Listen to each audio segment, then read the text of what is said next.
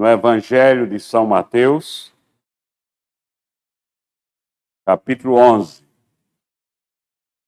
Evangelho de Mateus, capítulo 11.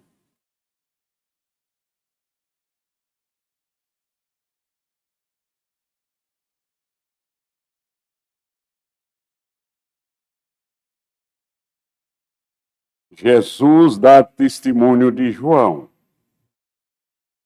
Então, em partindo eles, passou Jesus a dizer ao povo a respeito de João: que saístes a ver no deserto?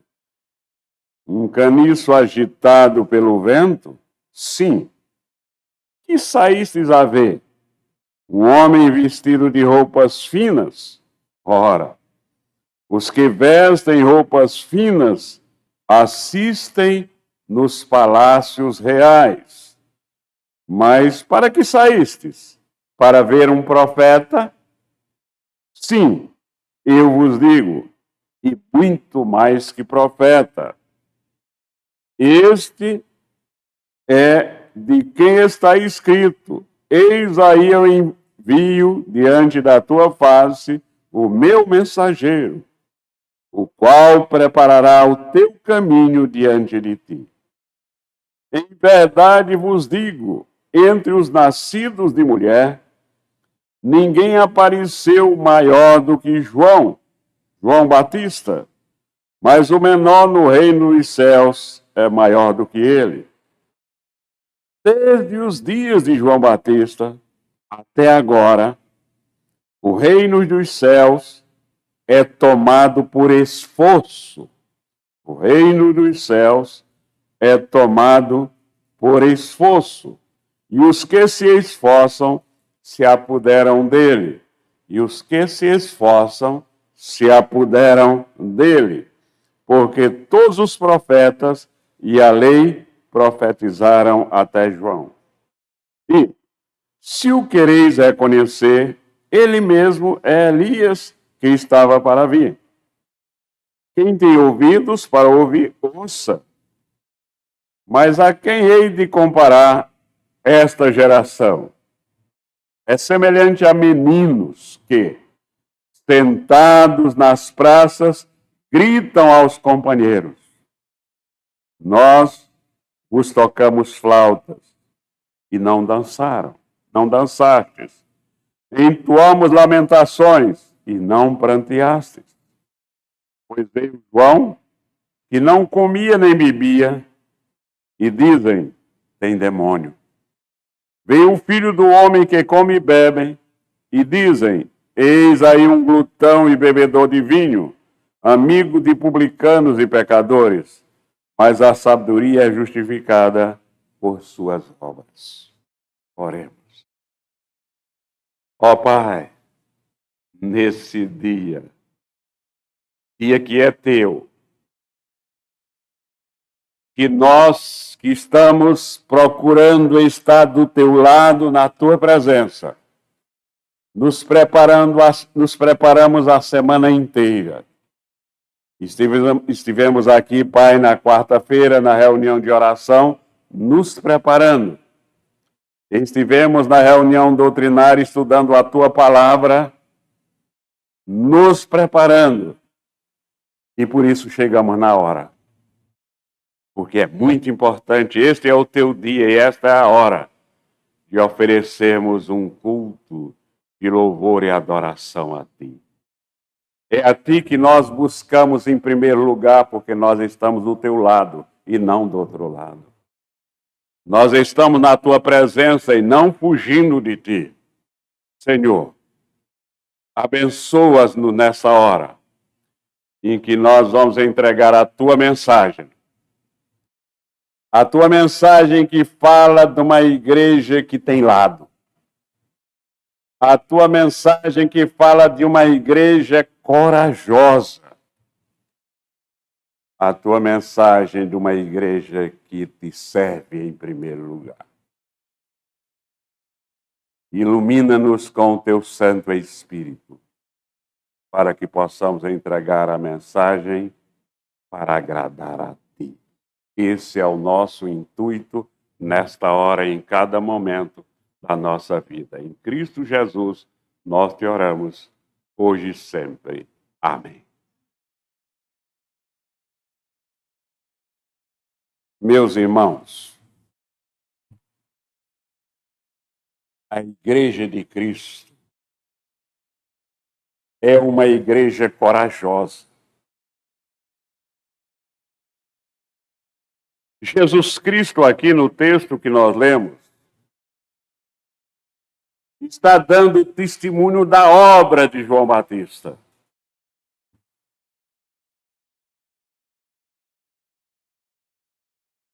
E que ele, naquela época, era o profeta, usando uma linguagem comum desse mundo que fazia sucesso com aqueles que queriam ser sinceramente religiosos. Mas veja, quando João viu o valor que os discípulos estavam dando a ele, ele procurou desviar a atenção deles. Procurou desviar a atenção de si mesmo para Jesus. Se qualificando apenas como preparador. E transmitindo aos outros a ideia que ele tinha desse ministério, que era o mais importante ministério que ele podia exercer, preparador do caminho. Então, meus irmãos, ele indica às multidões que estavam o procurando no deserto a procurar Jesus, a seguir a Jesus. Isso está registrado no Evangelho de João, capítulo 3, 26. Não fosse esse ato de grandeza, de magnanimidade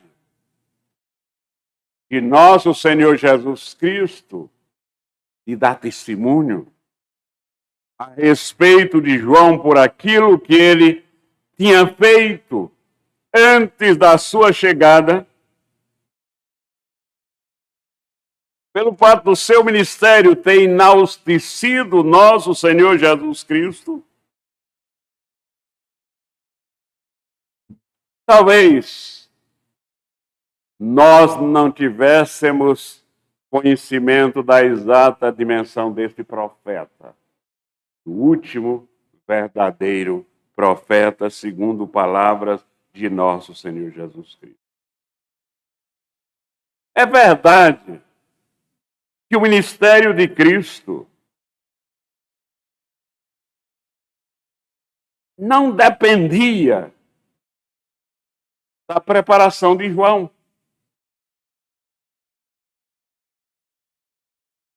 É verdade que na providência divina e no cumprimento da palavra de Deus, começada na promessa de Deus lá em Gênesis 3,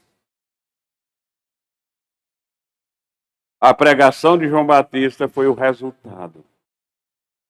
Contribuiu, sim, para abrir o caminho, para preparar a estrada, para preparar o povo, que muitas vezes ouvem as coisas, mas não prestam atenção. É preciso que se repita muitas vezes.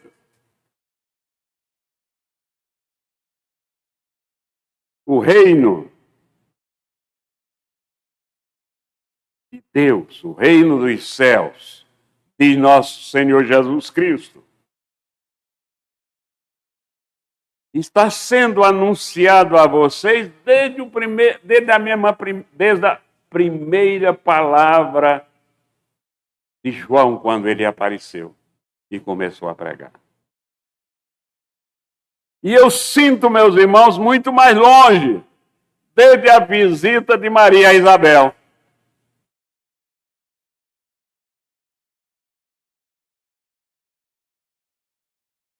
E esse reino, desde aquele momento, desde o momento que João entra em cena, ele avança.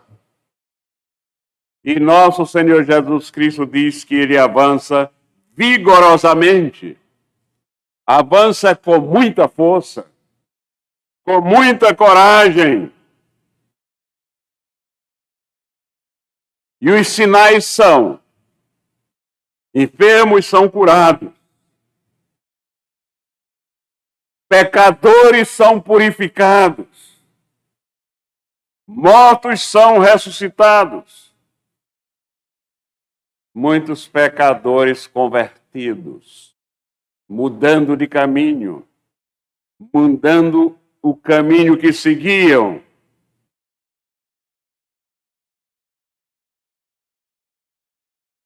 Muitos, meus irmãos,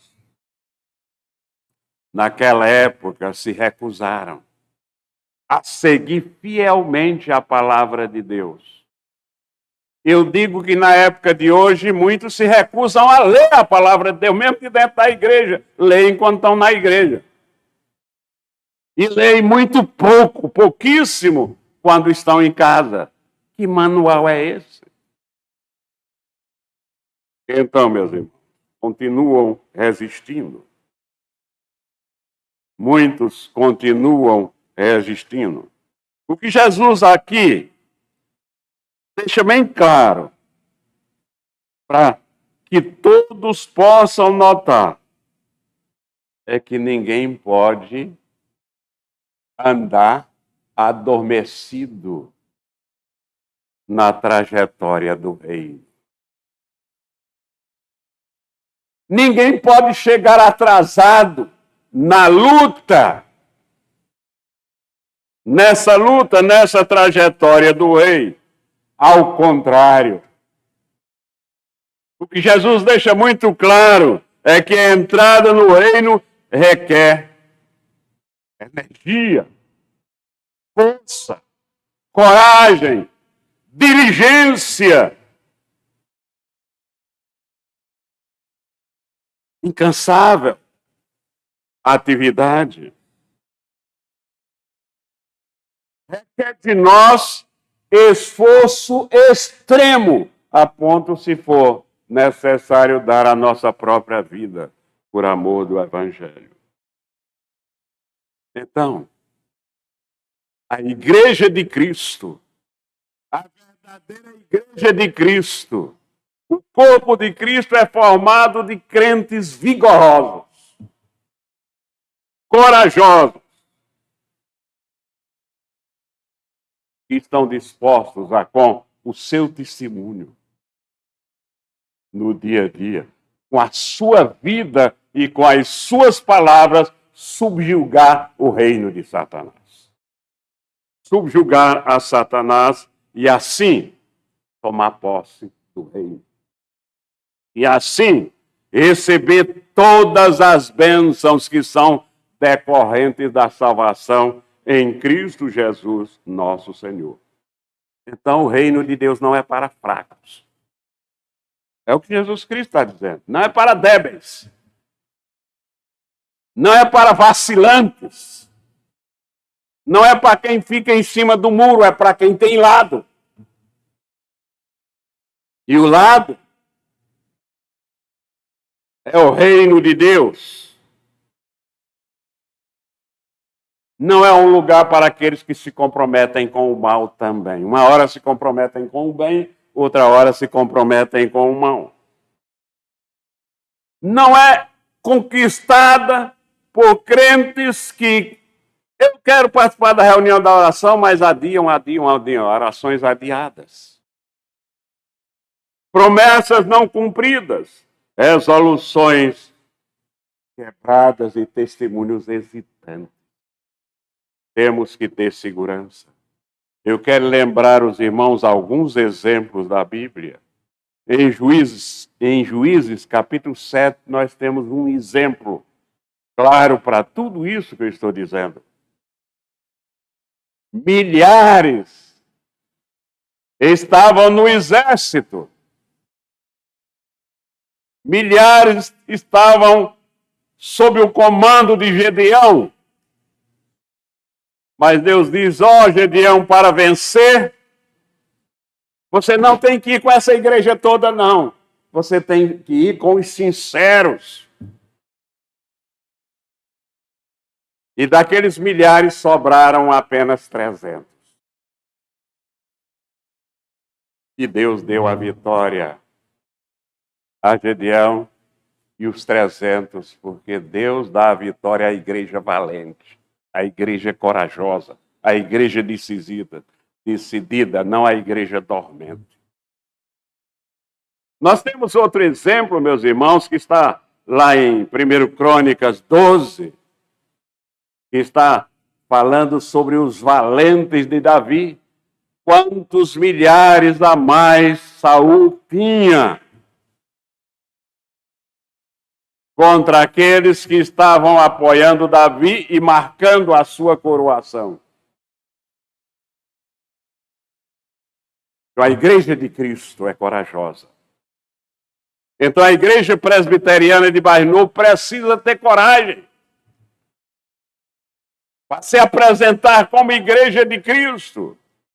Em primeiro lugar, coragem de ser diferente.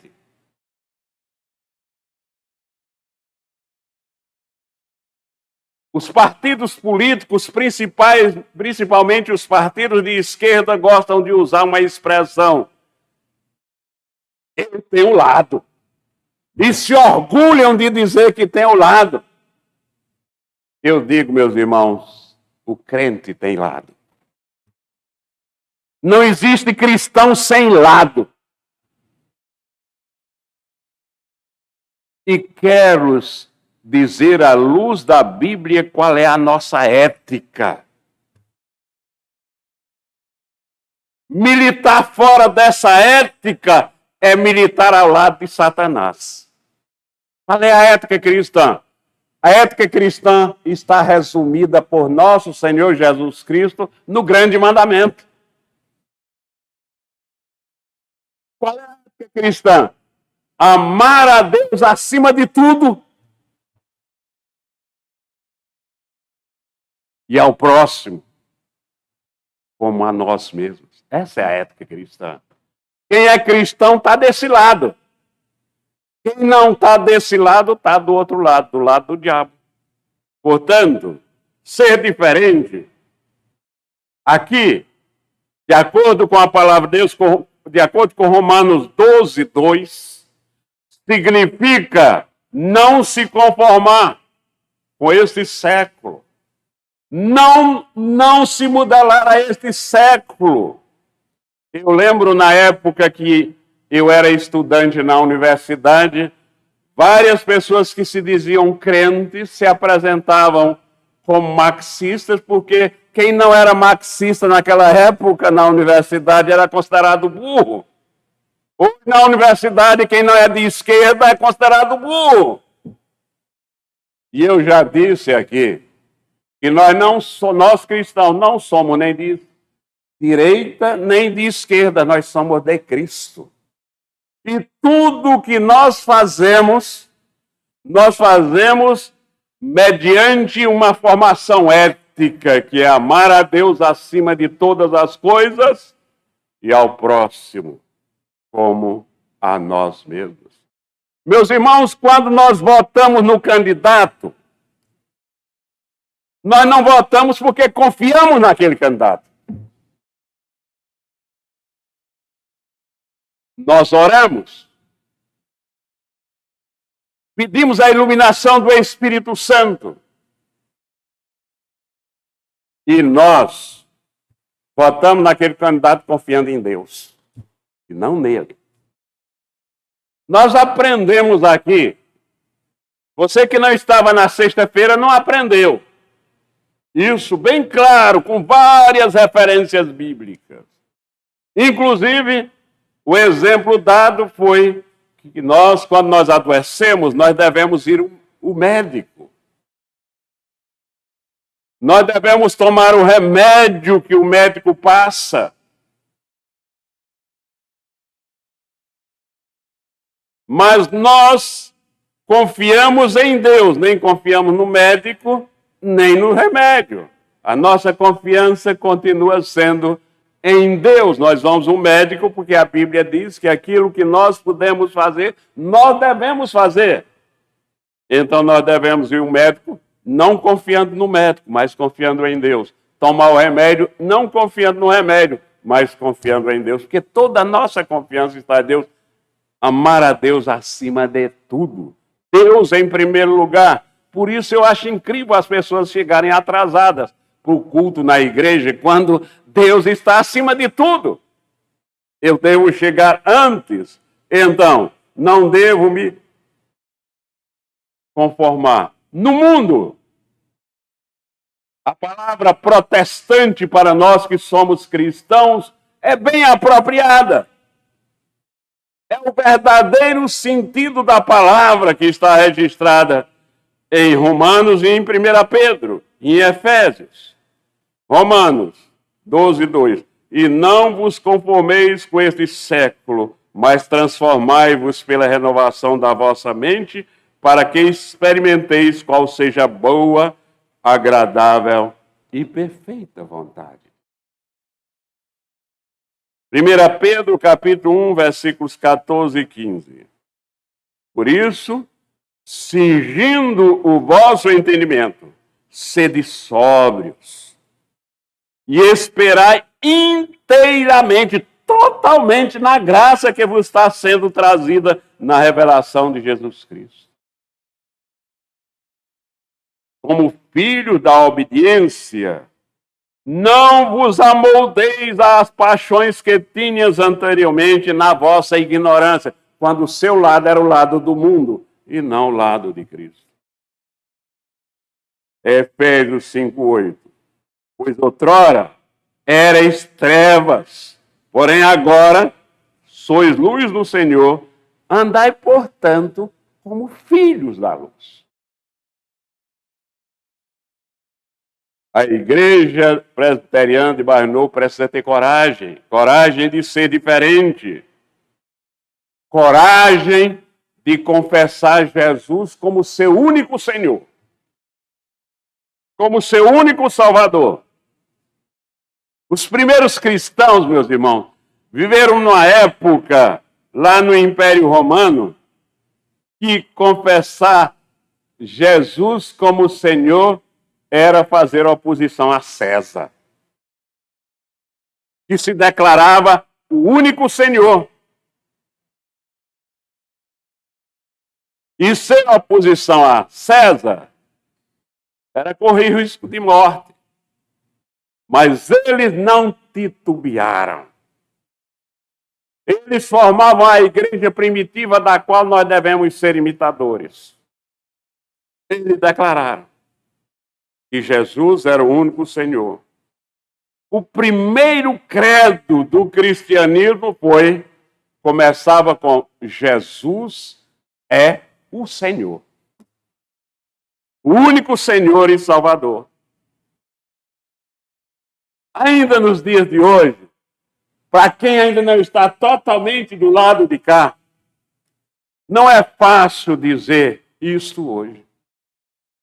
Porque só com o poder do Espírito Santo nós podemos proclamar com toda a sinceridade do lado de cá o senhorio de Cristo. Esse é o chamado. Nós somos chamados para tomar posse do reino esforçadamente. Então, ter uma igreja de coragem, é preciso ter coragem e ser fiel. Fiel à palavra de Deus. E a exortação bíblica é ser fiel de hoje até a morte. Não tem recreio, não tem intervalo, não tem férias. É fiel o tempo todo. No último livro da Bíblia somos advertidos em Apocalipse, capítulo 2, versículo 10.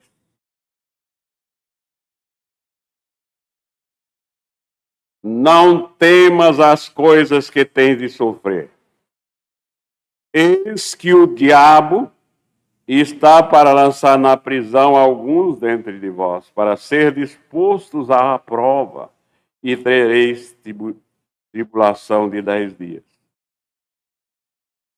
Então, somente aqueles que são fiéis, e fiel até a morte, recebem a vitória, a coroação, a coroa da vida.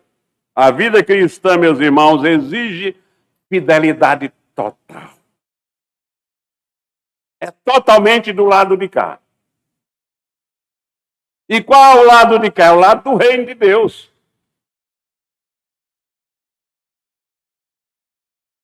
Então, na Bíblia, nós encontramos que essa fidelidade tem que ser plena. Em Mateus, no capítulo 24, versículo 13, nós temos a confirmação do que eu afirmei aqui, que não estava nos versículos que eu disse, que eu citei, li. Que tem que ser agora até o fim, não tem férias.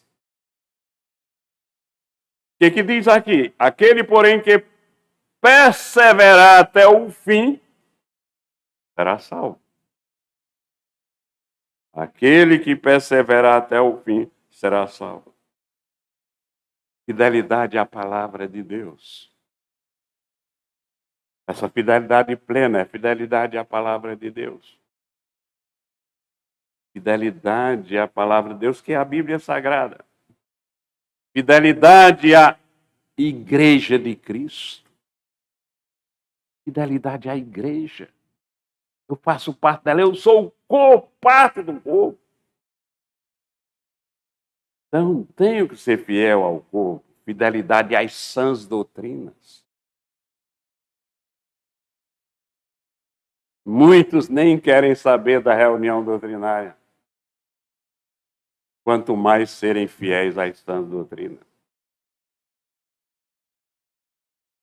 Ser fiel, meus irmãos, é não negar com palavras ou com ações. Ser fiel é não voltar atrás em momento nenhum, em qualquer circunstância, mesmo que isso tenha o preço da nossa morte. Ser fiel é buscar com toda a determinação do mundo o prêmio da soberana vocação de Deus. Que prêmio é esse?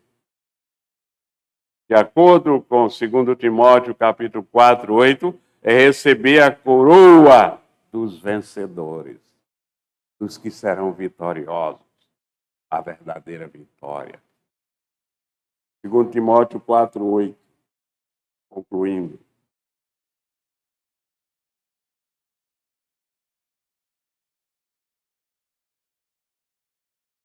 E já agora a coroa da justiça me está guardada, a qual o Senhor, reto juiz, me dará naquele dia, e não somente a mim, mas a todos quantos amam a sua vinda.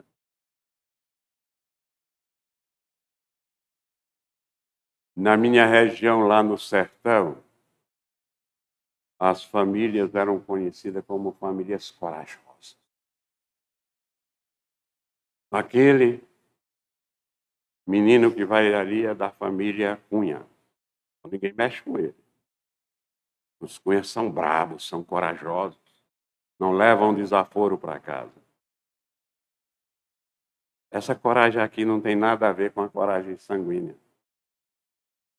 A coragem sanguínea é apenas uma soberba pecaminosa. É apenas um orgulho pecaminoso. Essa coragem aqui não tem nada a ver com isso. Porque essa coragem não nasce na família tal, nem na família qual. Essa coragem aqui vem de Cristo. Vem do Espírito Santo.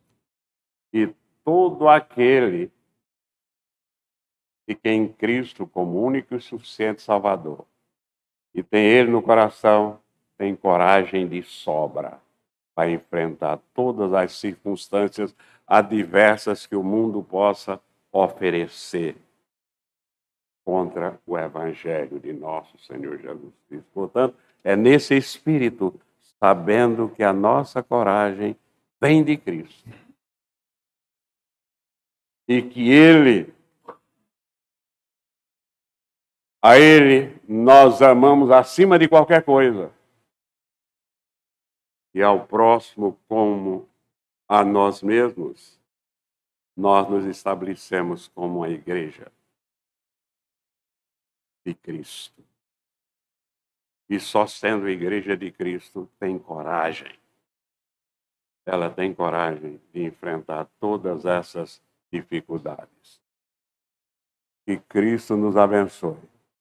Que Cristo nos ilumine para que cada dia da nossa vida nós possamos andar no seu santo, puro caminho, sem titubear, nem para a direita, nem para a esquerda, mas andando como peregrino neste mundo, focado única e exclusivamente em nosso Senhor Jesus Cristo, hoje e sempre.